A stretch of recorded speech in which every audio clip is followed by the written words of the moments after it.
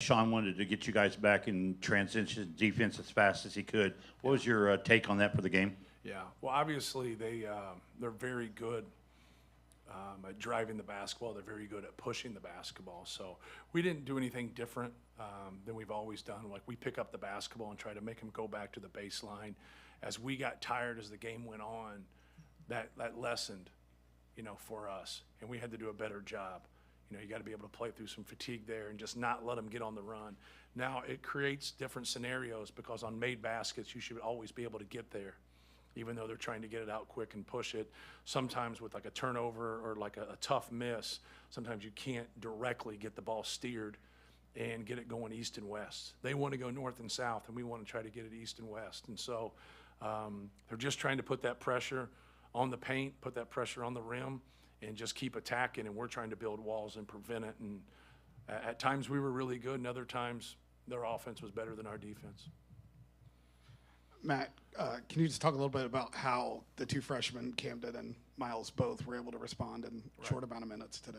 Well, I thought they gave us minutes and did some good things. I thought they both did good things defensively, which I'm looking more at for those guys. But both of them can make shots. And so when you give that kind of athleticism, then, they're starting to improve on the defensive end. Obviously, Miles, made huge shots for us. He finishes the first half, which is a great momentum basket. And then when he, sits there for a while and makes that big basket when they go zone on that three, that was key for us. But I thought they were very good on both ends of the court.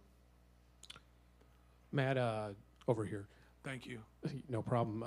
When it comes to Miles, in the 3 games he's played, you brought him in at the 10-minute mark against Sanford, 11, Morehead State, 6 tonight. Obviously, that gives him the chance to provide energy and shooting when legs are tired for the other team. How did you decide that role was right for him at this stage of the game? I didn't.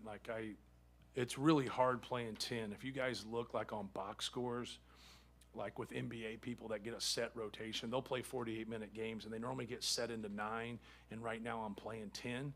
So it's difficult, their athleticism, their quickness, their pressure. I want to keep 2 ball handlers in the game, and that kind of limits us because we're really loaded up at that wing spot.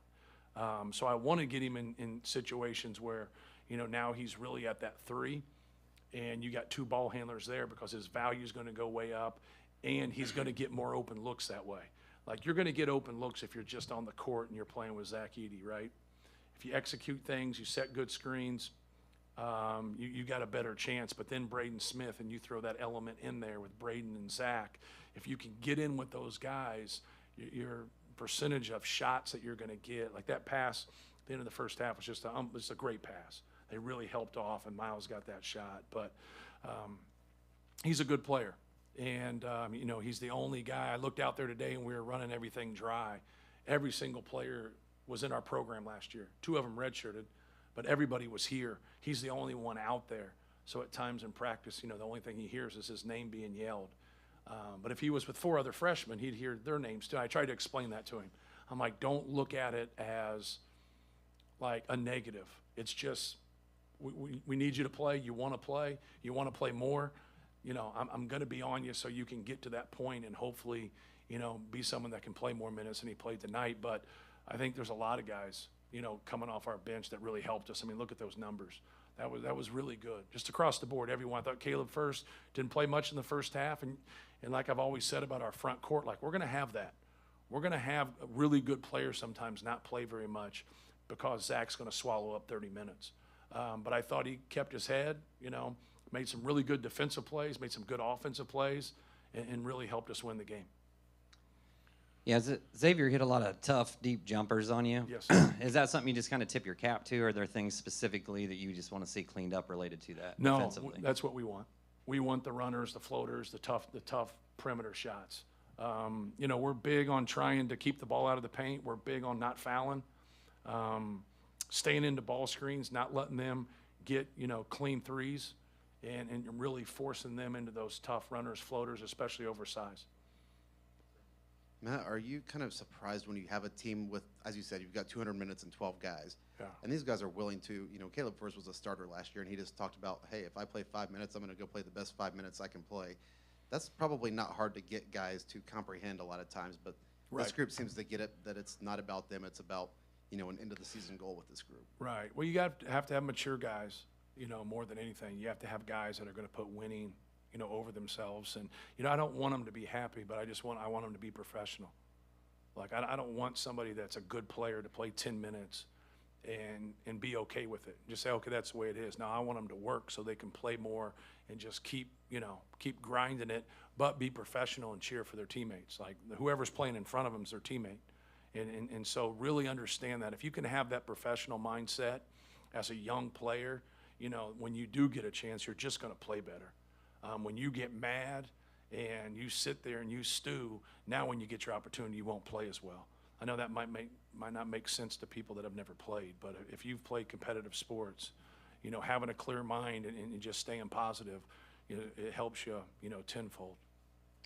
I don't know what you thought real time, but it didn't feel like a classic Zach game. And then he finishes with 28-11, 11 fouls drawn, 4 blocks. How do you not take that for granted when he does it every game, sometimes quietly? Right. Well, if you watch him, you expect him to make every shot. But what's a cool thing about it is so does he. So he missed 8 shots. Like, he's not happy about it. And so, like, his gauge isn't somebody else. His gauge is himself. But as long as we win, I know he's happy. I thought he did some really good things. They stayed home a lot and made him make some tough, post moves.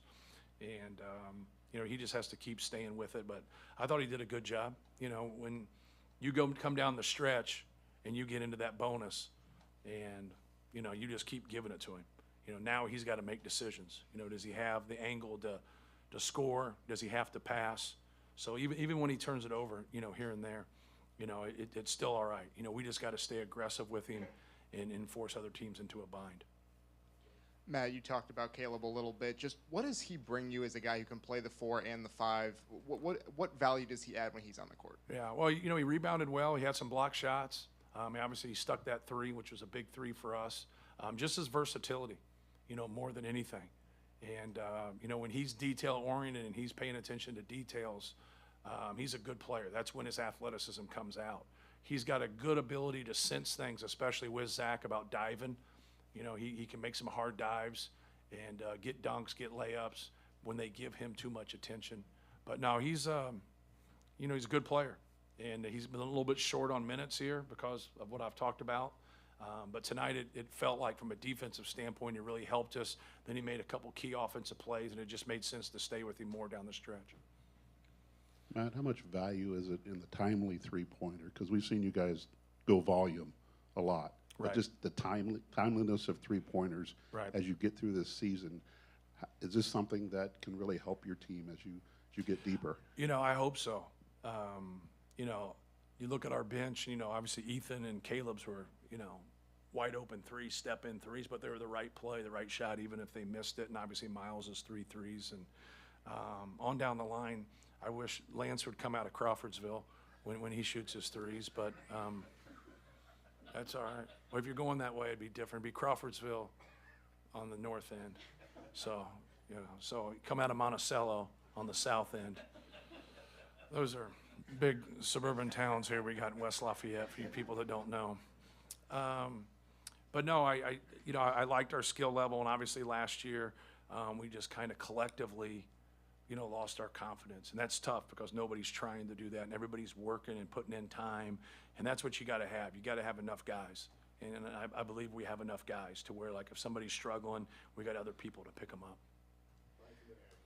Matt, I wanted to ask you about this was apparently the last Gavitt games. Yes. And obviously this is the first year without the ACC Challenge.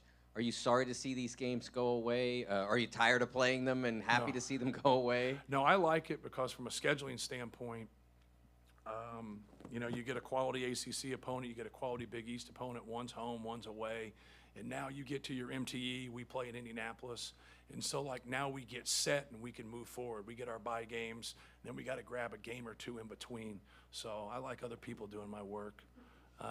But we've always wanted you know, to play the best. Like we've always wanted, you know, to go on the road in the Big East or go on the road in the ACC and play those guys just like they want to come here and play. You know, Xavier wanted to win this game, but there's no doubt they're a better team. Like we've played in the ACC Big Ten Challenge and went down to Florida State and had a heartbreaker, but you know, you're a better team afterwards, and that's what you know, we got to continue to do. And it's too bad because, you know, Mr. Gavitt and everything he meant, you know, to the game, you know, everything he did at Providence, everything he did with the Big East, and being able to honor him, it just really difficult when we have 18 teams and they have 11, and how you balance that and how you do that. It just wasn't going to be something that you could work through. So, but it's unfortunate we couldn't have played it because I know we really enjoyed it. Coach, right here, in that vein of building better, even if you lose against a big opponent, you're going into the Maui Invitational next week. What do you want to gain out of going against Gonzaga and all the top teams that'll be there? Yeah, just keep your focus on that team. Like you can talk about the field, and a lot of you guys will. Like Gonzaga's enough for us, and so like worry about Gonzaga. If you're fortunate enough to win, or even if you don't win, you're going to have a tough opponent the next night. Then move to that game at that time. So we played them last year and we're fortunate enough to win. So we're familiar with their personnel. They're familiar with us, familiar with styles. Just got to go out there and compete and, you know, and execute. But it's gonna be a big challenge for us. All right, thanks.